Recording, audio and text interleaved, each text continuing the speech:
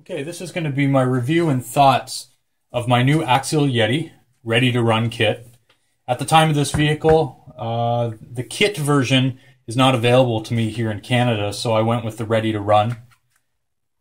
Looked at this vehicle for a while, really looking forward to getting a hold of one. Finally got a hold of one just for Christmas time there in 2014. Just a couple of things. You've seen a lot of unboxings, so I didn't bother doing one. I got really excited when I picked up this kit. Started working on it even a couple of days before I even ran the first pack through it. I'll just go over a couple of things. First off, you get a 2.4 gigahertz radio, 4 AA batteries, the standard anymore. It's kind of nice to have small antenna. You don't have to worry about the big ones. It feels really good in your hands. Nice foam. I do find that the foam actually tends to drop down, so I'm probably going to glue that in place. But other than that, I think this controller works really good. Here's some background noise. That's the furnace kicking in.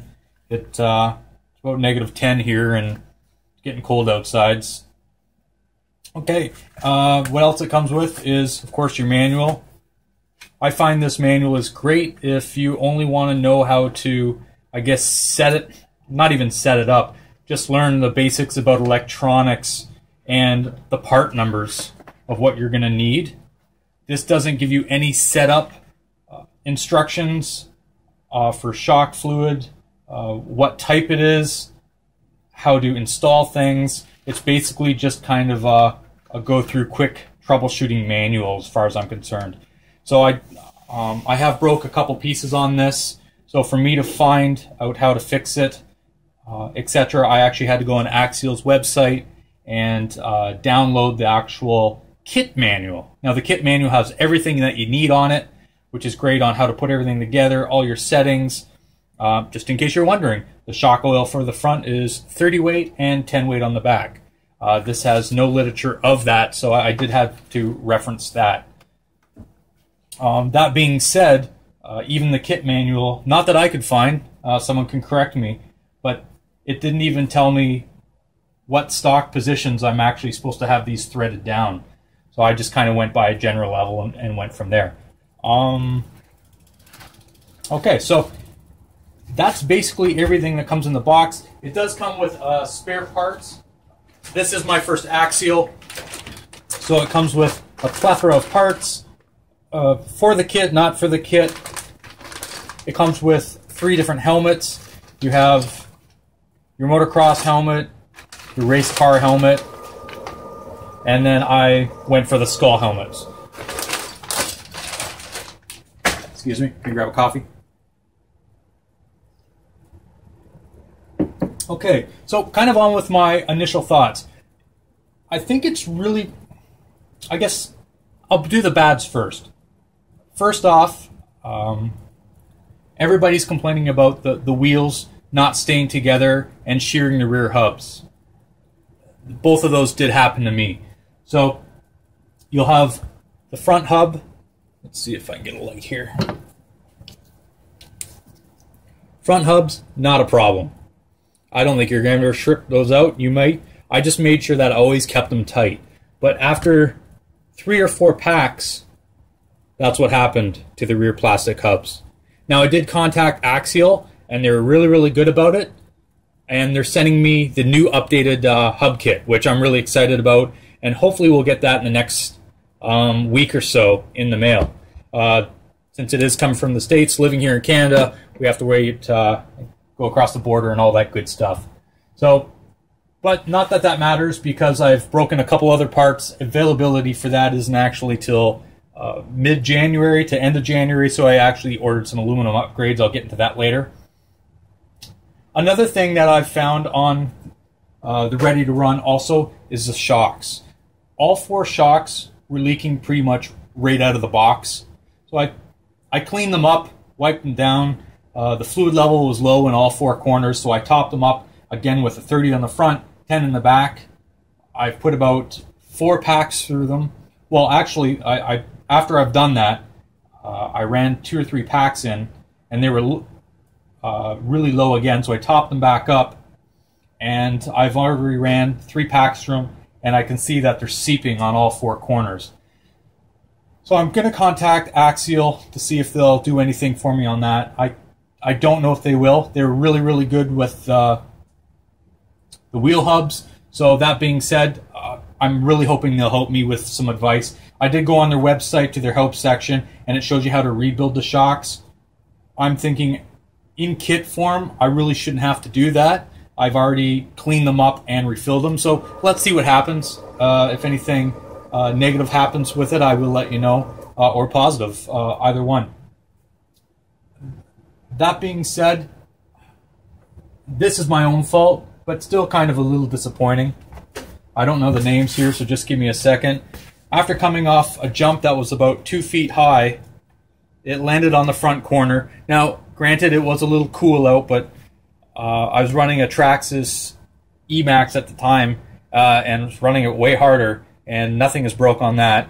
Again, not saying anything would get bad against Axial. You can't really compare the two, but the steering knuckle carrier and the steering knuckle set just snapped. So in total, I've had, I'm going to say, 8 battery packs through it, and I've sheared off the rear hubs. I've replaced the shock fluid and wiped them down once. It's going to have to be done again, a total rebuild. And I broke these parts going off maybe like a 2-foot jump. The jumps are just the black ramps that you've seen in many of my other videos. In fact, I ramped off my lunchbox in one of my last videos, and it didn't do anything either. Again, I'm not trying to bash Axial. I really enjoy this product. A friend of mine, he's got 2 of them, and Axial products, and he raves about them, and he's really never broken too much of anything. So I guess I'm just, a little concerned at this point. And that, going into it, I thought that parts availability would be a little better, because unfortunately these 2 parts are not going to be available till mid to late January 2015 at the time of this video. So I went ahead and ordered some aluminum parts, steering knuckle set and carrier set, off of eBay, which will probably be here sooner than Axial will have available to my local hobby store.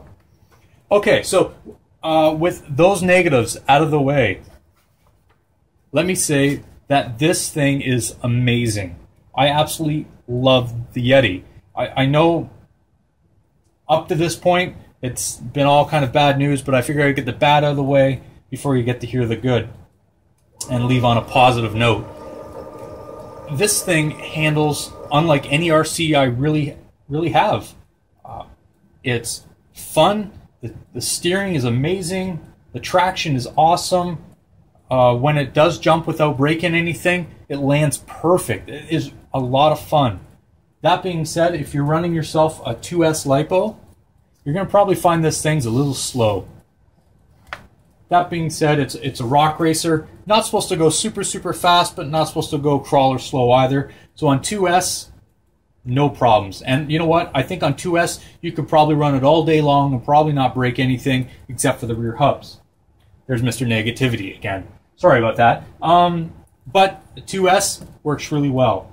So I did, since it is 3S capable, picked up my first 3S LiPo battery pack, put it in, and it really makes this thing come alive. I thought it was fun on 2S. It is so much more fun on 3S. Motor temps on the 2S, you can touch the motor in ESC, no problem. After running it hard on the 3S, you can touch the motor and the ESC, no problems. So I'm pretty sure once you get a couple of things figured out and fixed up, you could probably run 3S all day long. It's not, as long as you're not bashing it crazy hard, I don't think you'll have much of a problem. Underneath, I really haven't done any modifications. It's all stock. You got your Vanguard 3150 kV axial motor and speed control, which is branded from Castle Creations. The battery strap, slick, very slick. All you have to do, 4 screws up or down.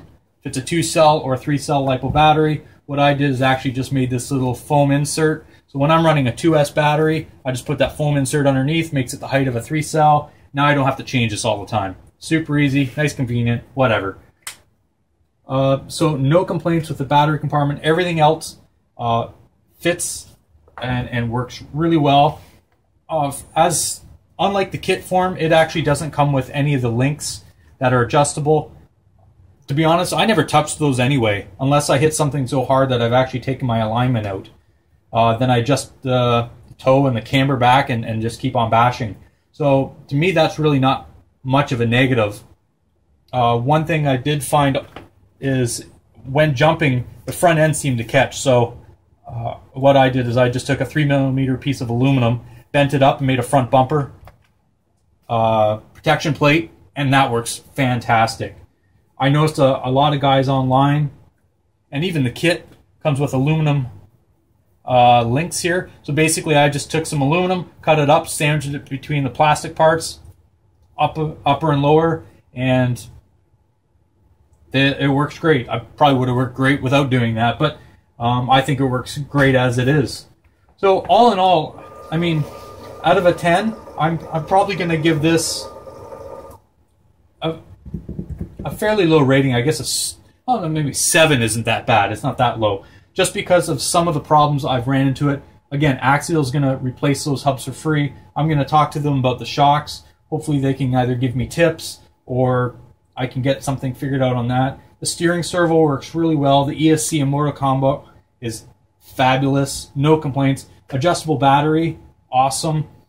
You can change the height of the body on the front. You can't on the back, but I mean, it's already pretty much set up. I like the fact that they actually give you different heads. So I know it's such a small feature, but I was really excited to get this just so I could just paint up the skeleton heads, paint up some of the other parts of the body, make up a mock windshield, the rear links, stuff like that. I was looking forward to do this. I have a couple of scale vehicles, but this is one I really kind of got excited about. So I'm glad that I got it and had the opportunity to do what I've done. One more thing before I go, the stock rims, like I said, the tire and wheel combo, they did slip off, so I end up just gluing them up. I'm never going to use these tires on anything else. The compound is really quite hard, so especially in the colder weather, like today, -10, etc., you're not going to get a lot of traction. That being said, they're a really long-lasting tire, so I won't have any problems bashing with this on concrete, asphalt, to hard-packed dirt, or at the beach. They'll just last forever. What I have done is I have a pair of Proline Titus wheels, front and back, and some Proline chisel wheels for an RC crawler. They're roughly the same height. They're super soft. You can see the difference there. And these grab a lot of traction, work really well. I'm kind of nervous on the kit, so what I did is actually I loosened off the slipper clutch a little bit, just so the extra traction won't go through the driveline and break stuff. So I hope that works. Again, really haven't had much time to try that out, but once I get my replacement parts, I'll get it back up and going. Hopefully get a running video of it and go from there. Anyway, I hope you enjoyed this video. Thanks for watching, and I will see you on the next installment of this, what I do best, reviews and having fun with RC. Take care. Bye now.